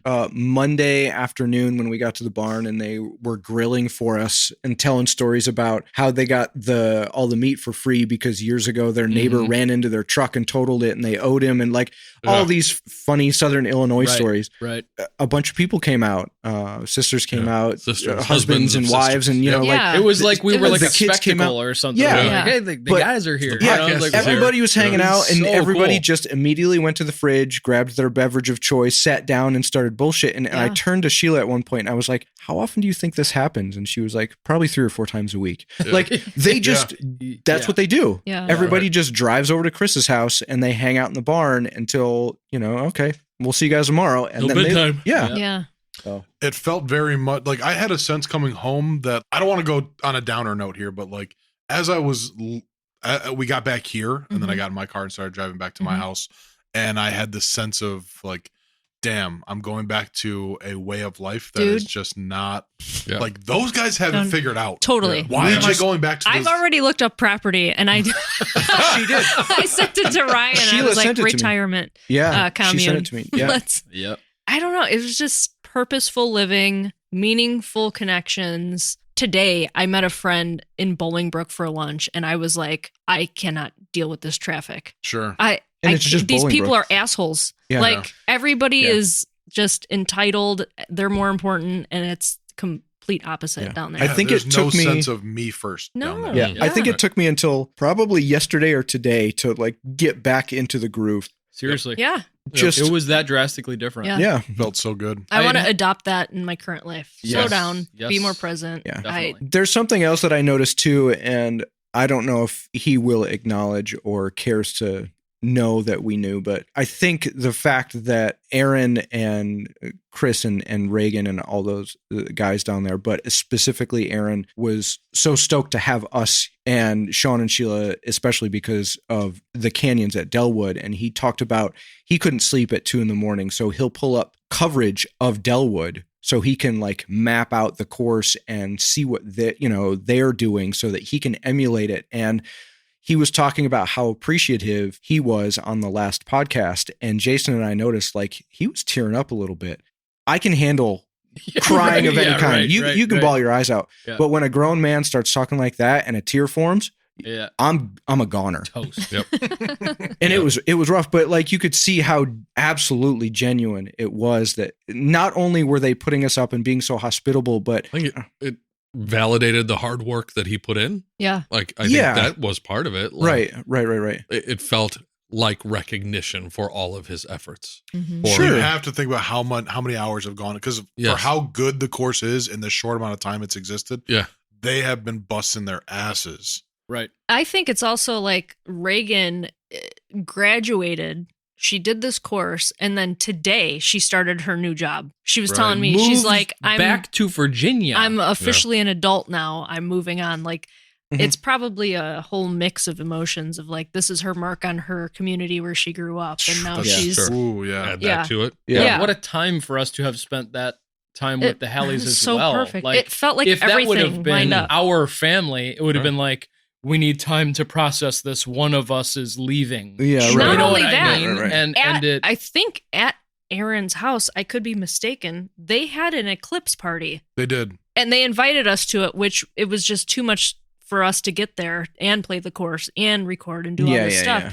We were invited to it, but they left their own party to host us. So when Crazy. you talk about how he was so grateful that we came down, I was like, I would have thought it would be the other way. Like, we're so grateful to everything you guys did to make this a good experience for us. Right. Yeah. Like, that's just how it is down there. And Though. it's just how it is down there. Yeah. I definitely had the thought driving home, or like maybe the next few days or whatever, that when we went to Idlewild, we had Skyline Chili, and it was so perfectly that place. And it was like this thing that we all took from it. Right. And I was like, oh, we didn't have that. And then I was like, yeah, we did. Yeah, we did.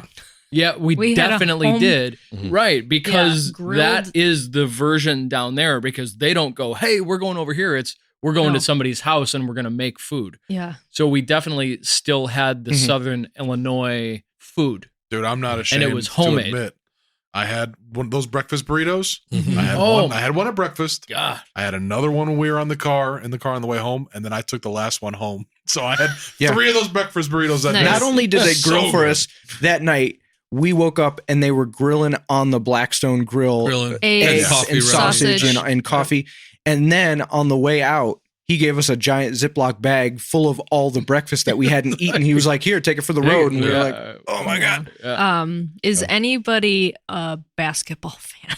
Because we gotta get into this a little Yeah, bit. this is very funny. The accommodations were the loft in the barn, which had a apartment It basically. was like a studio apartment. Yeah. up there. Kitchen, Office, bathroom. office area, bathroom, and then in the loft was a loft with a bed, and then the other The loft dog, sloth. I heard you like loft. There was Yeah. a loft in the So we put a loft. loft Yeah. in The loft had a loft. and then the other accommodations was their horse trailer, because the Halleys, Aaron's wife and daughter, are like rodeo people. which Barrel is racing. Awesome. Barrel racing, Like yes. my Yeah. mom used to barrel race when she was younger. My uncle used to ride bulls. So it felt really cool to see them doing that. Yeah. So you guys, Alex and Jason, stayed in the horse trailer. Yeah. How was that?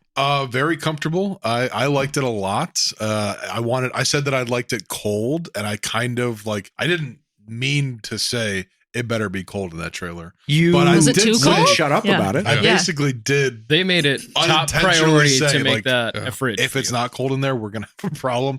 He was like, you were like, for it to come when out. I wake up in the morning, I want to have the sniffles. Like that's what, And so they cranked the AC all the way up. Yeah, there was frost on the walls. It was cold in there. You slept on the elevated bed, like near the ceiling, which was right where the vent was. Yeah. So it was just blasting ice on you all night. Yeah, I was in so like a cold hurricane all night. I mean, also I just pulled the blanket over my head. I was by no means put out, but it was so cold up there. I just picture in The Fifth Element when he shoves that guy into his apartment fridge when the people come to the door, and then eventually he opens it back up and he's just frozen. He's just frozen. Yeah, that's what I picture, Jason. Sir, are you classified as human? Negative. I am a meat popsicle. Did I tell you that I had to kick my blanket off in the middle of the night because I was too hot? No. Oh my God, no. Well, because we were 8 feet apart and could have had a more different the air was experience. going directly at him, and I was just a few feet lower. But like, I was like, "Am I stuck to the bed right now?" Like, I woke up sweating.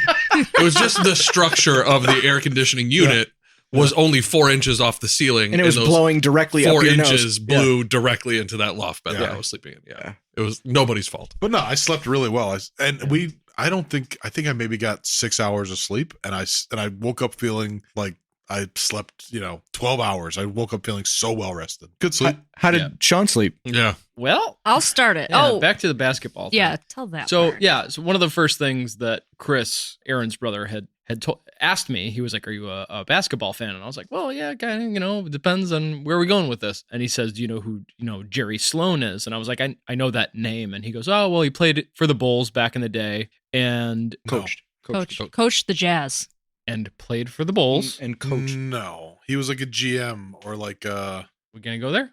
I've been super wrong once today. Let's try it. All right. Jerry Sloan's Ryan, a short, fat white guy. This proves I got that it. we're not basketball fans. Can you make sure that you keep this portion in where I'm right and you're all wrong? He played. Jerry Sloan was born in McLeansboro, Illinois, on March 28th, 1942. He was a basketball player. Holy shit. Yeah. For the Chicago Bulls. Can I continue, please? So he went on to coach for the Utah Jazz. Oh, he died in 2020. Yeah. May 22nd. I looked it up because I was like, I swear to God, if this dude died on this day. Yeah. So he tells me, Jerry Sloan, he says, yeah, he plays for the Bulls, coach the Utah Jazz. And I was like, okay, yeah, for sure. I know that name. He's like, he's from here. And when he passed, there was an estate sale or something like when that. he was still alive. I'm not sure. It's either when he was dead or when he was alive. One of those two. One of those two. One of those two. In the 78 years that he was alive, at some point, Chris had purchased his bed, and this bed is like a 4-post. Oh, you were thinking of Jerry Ryan? Krause. Okay. Jerry Krause, who is my physique but shorter. Yeah. So I was like, that dude did not play basketball. Okay, go ahead. So he acquired Jerry Sloan's bed, which is where Sheila and I slept, up in the loft. Right, because that's what Chris does apparently, according to Aaron. He just if there's something heavy, it's Chris wants it. Yeah. He just collects really heavy things. Yeah. Heavy stuff. Like limestone. Yeah. Right. Yeah. And this bed was huge. King size bed, 4-post bed, the whole deal. It had like the curtains on it and everything. But what Sheila's getting at with how funny of a story it was sleeping on this bed in the middle of the night, precursor, you need to know that in the past I have had some night terrors, nothing too extreme, but definitely have woken up thinking that there's other people in the room and Sheila has to wake me up and tell me that they're not there. It hasn't happened in a while. At some point in sleeping in that bed that night, I had either fallen out of the bed, option A, or option B, and this is my story, I was pulled out of the bed.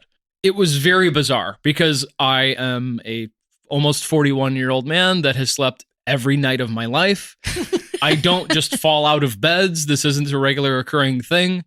Especially considering the size of the bed. Yeah, no. If it were a super small bed. Yeah, right. no, Yeah, there'd be a reason to be like, you rolled until you I fell. misjudged. You were in It's a the biggest bed size possible. bed. It Yeah. was massive. I had all the room in the world. So I was woken up to the blankets being pulled off me, which have happened in the past. And it's usually Sean. He gets too hot, so he'll like move the blankets around, and then I get too cold. I have them. I was woken up to the blankets being pulled off me. Next thing I know, he's making noise and he's on the ground.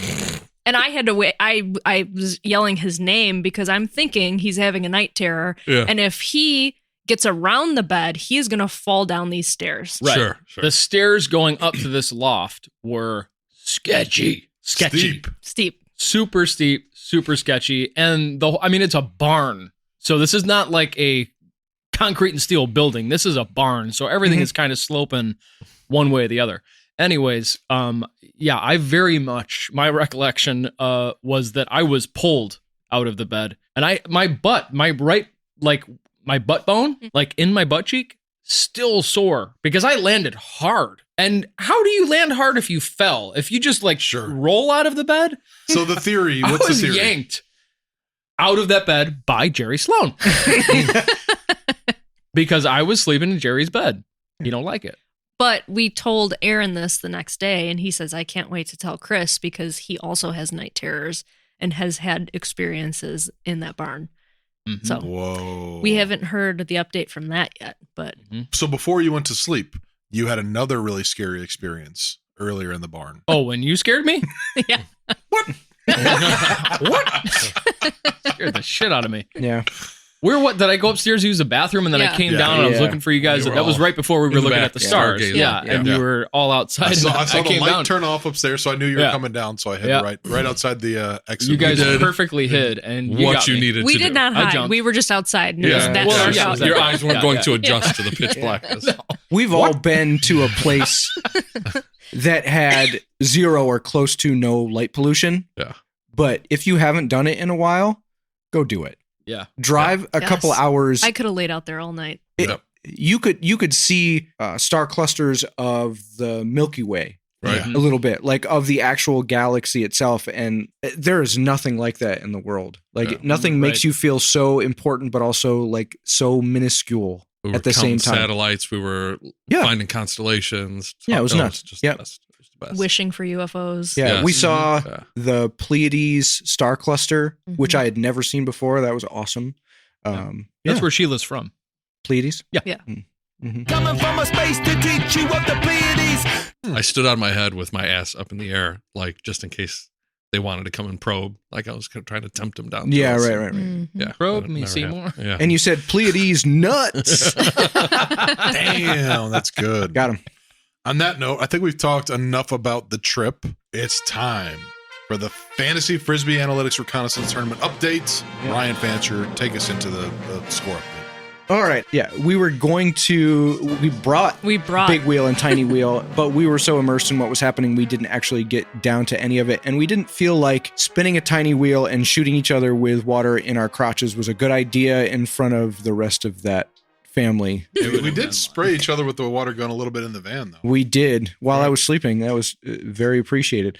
So we brought it home. We're going to do... That was not the water gun, actually. Oh, okay, good. Yeah. So we're going to do both tournaments today. Texas State, we had a little bit of a swing.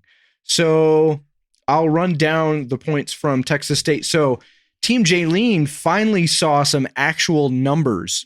Finally. Yeah, it was rough, including Mr. Antila, who had won previously, ended up in 67th place. And Chris Dickerson didn't play, so Mr. Kevin Jones came into play and got 78th place. So he saw a total of 184 points. Right. Suck it. Yes. But my girl owned. Yeah, how's it feel? Oh, she did great. Who cares? You got 184.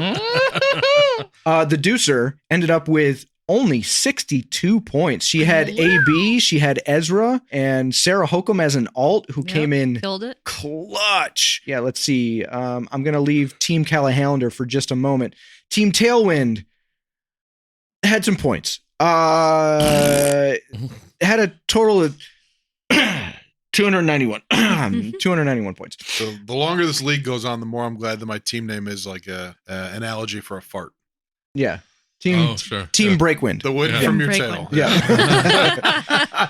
And Team Contentious Toad had a total of 87 points, which was kind of run of the mill. But Team Callahan, ridiculous, had Missy Gannon Burr, Kyle Klein, all top 10s. Nobody was lower than 31st place. Wow. But the shining light in that round was Lucky Lorenzen was his wild card, and she hit top 5, which means he gets minus 20 points.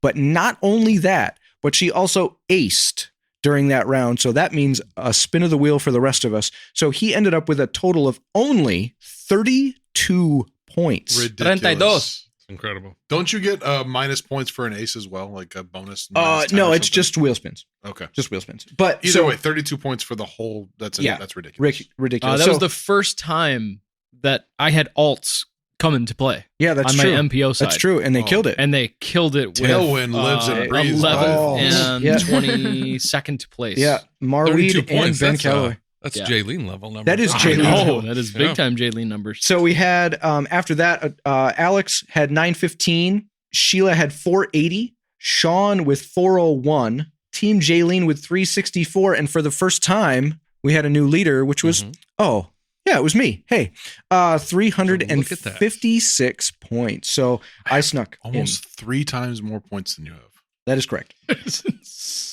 It's stupid. That's insane. But let's great. It's really good. Yeah, let's move on to Jonesboro. So that just ended yesterday. You'll be listening to this 3 weeks from now, but we just had Jonesboro happen. Some pretty incredible play. I'm going to start with Team Jaylene. Ended up with 95 points. Pretty standard round. Team Callahan with 144 points, but Miss Lorenzen, Paul. Yeah, Miss Lorenzen again top 5. So he gets minus 20 points for that. So that's a little bit of his saving grace. Team Tailwind with 185, which is much better than last round. It's like my best round yet. Yeah. Yep. Team Contentious Toad with 95. I had Kristen and Holland the 1-2 punch, which was really nice. But Team Deucer just destroyed it. She had AB and Ezra Aderhold 1-2. In the men's division, Vino Makalo was the only one that was even down the list at 57th, but all of her players not only scored well, but they scored better than their rating. So she had 40 points down in the rating category. So she ended up with 71 total points. So the totals, as we look at them, Team Tailwind with 1,100 points, Team Deucer with 551. Son of a bitch! 1 point less than half of Team Callahan with 545, Team Jaylene with 459, and Team Contentious Toad maintaining their lead with 451 points. Wow. Just 8 points.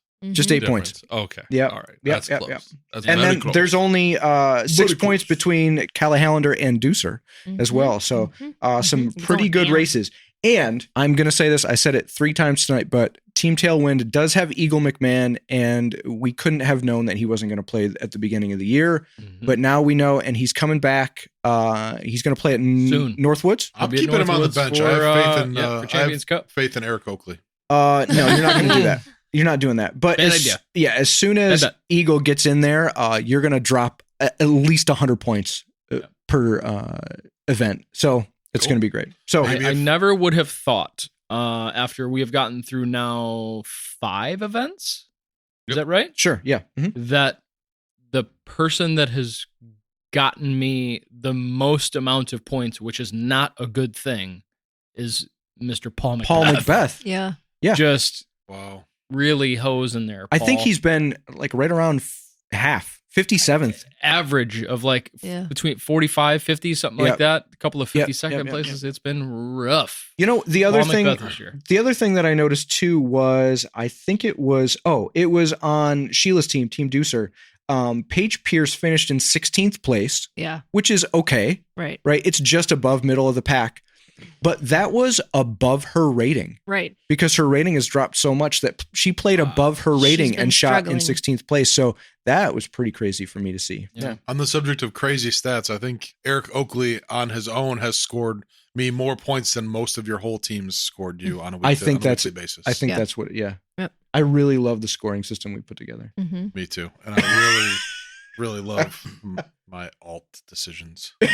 All right, we got some wheels. But that to spin, means right? that for coming in last place in the last 2, Alex has to spin twice, and then all of us except Sean have to spin. So Alex has got 3 spins. The rest of us have 1. Sean has 0 spins. He gets no pee-pee pants today. Wow. But I can give it. I'm predicting my spins are going to be Shot 'em Alort. Shot 'em Alort. Shot 'em Alort. Triple shot. That'd be great. I'm expecting Shot 'em Alort.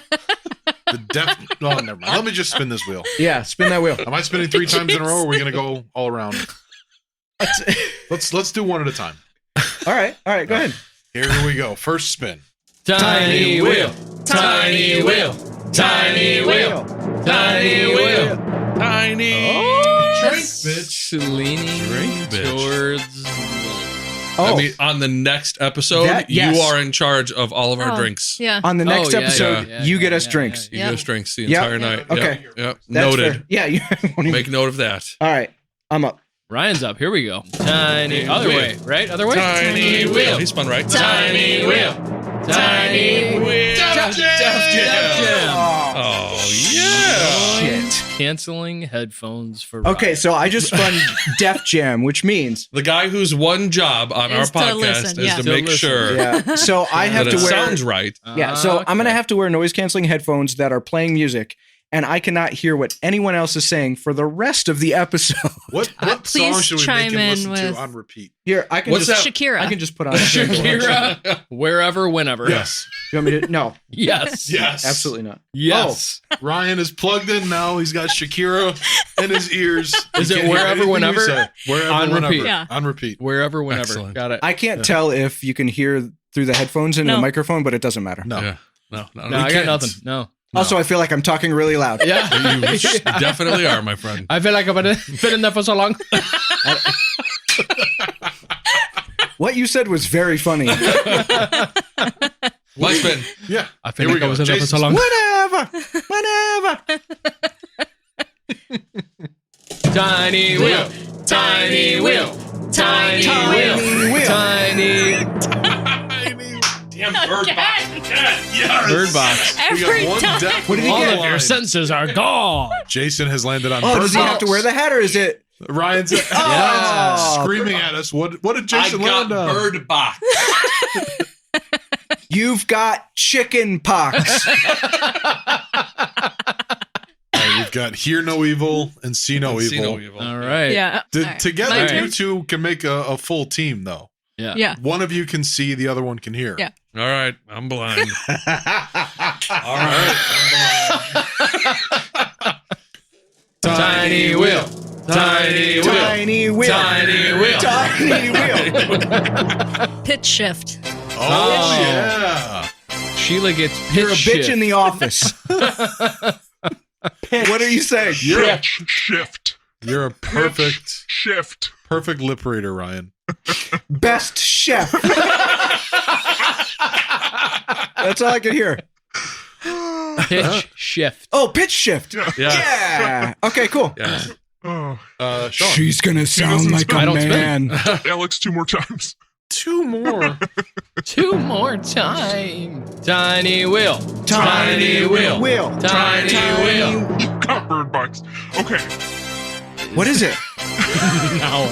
Now I can hear Shakira in the headphones. Oh, this is great. I can bring out. I don't want to reveal it. The hat of shame. I could bring that out to cover your. And then I'm gonna have to guide you to spin this last one. Oh, the song just restarted. It's like a satin curtain. I wish I could see it. It looks like just the top of you is a belly dancer. Do you want me to guide you to the wheel for your last spin? Or do you think you Guide him. Tiny wheel. Tiny wheel. Tiny wheel. And the hat of shame. I'm very excited to debut this. Sheila's going to get the hat of shame. Damn it. Fix it on the right side so I can get a good photo. Alex has been fitted with the hat of shame that I have made. You realize this is absolute bullshit that I cannot see this hat right now. Oh, well, I can't You either. are definitely missing it too because it is very good. Yep. Some serious hear no evil, see no evil action going on right now. Sean and I are running the podcast. Yeah, we're the only ones that can see and hear. Jason cannot see. Alex cannot see. Ryan can see, but he cannot hear. Sheila, I feel like you need to steer us the rest of the way in your little pitch shift voice. So what's next? We're done. We're wrapping this up. we already We already did all of our spins. We don't have anything else. We don't have a. Don't we have a mailbag? Oh, do we? Jay. There was at least one from Joe Moore. Oh, Columbia. yeah. We will, Joe Moore has reached out and has provided us with an audio clip. So we will run that right now. Meow. Hey, what's up? Jose Mas here. Just want to let you guys know something, that I've lost some weight recently. I was recently on the Dolly Parton diet. Man, that shit made Jolene.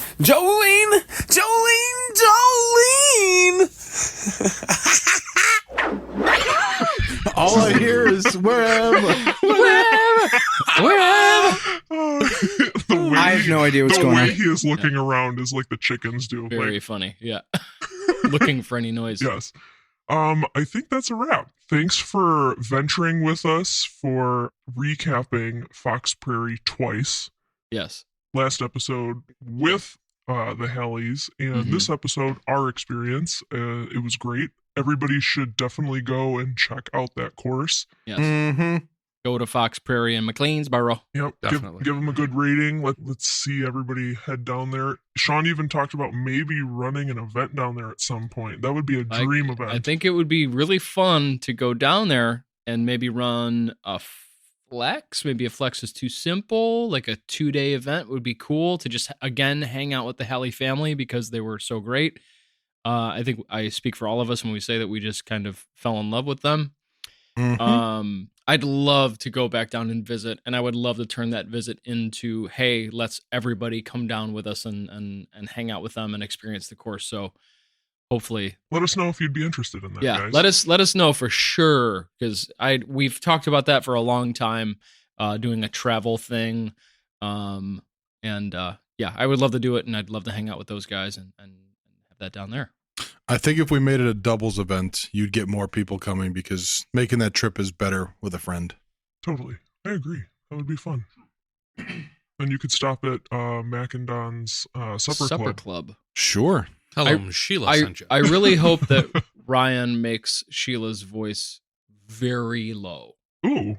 I mean, that's right. It doesn't have to be high pitched. Yeah, it shouldn't be high pitched. It should be very, very low. And I love that Ryan cannot hear what we're talking about. He has no idea right what now. we're talking about. He is jamming out to wherever, whenever. He won't know until By Shakira.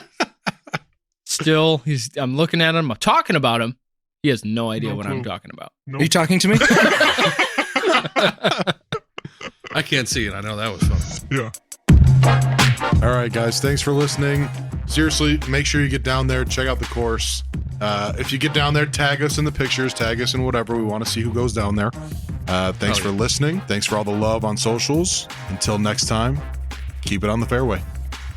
See ya. Y'all be good now. Thanks for listening. Tell them Large Marge sent you.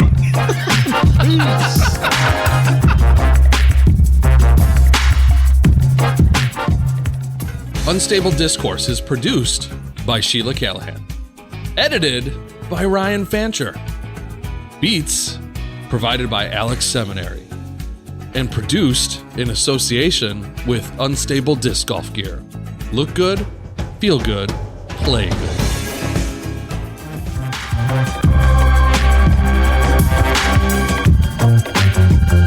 Unstable Discourse is a Top Secret Studios production. You already know.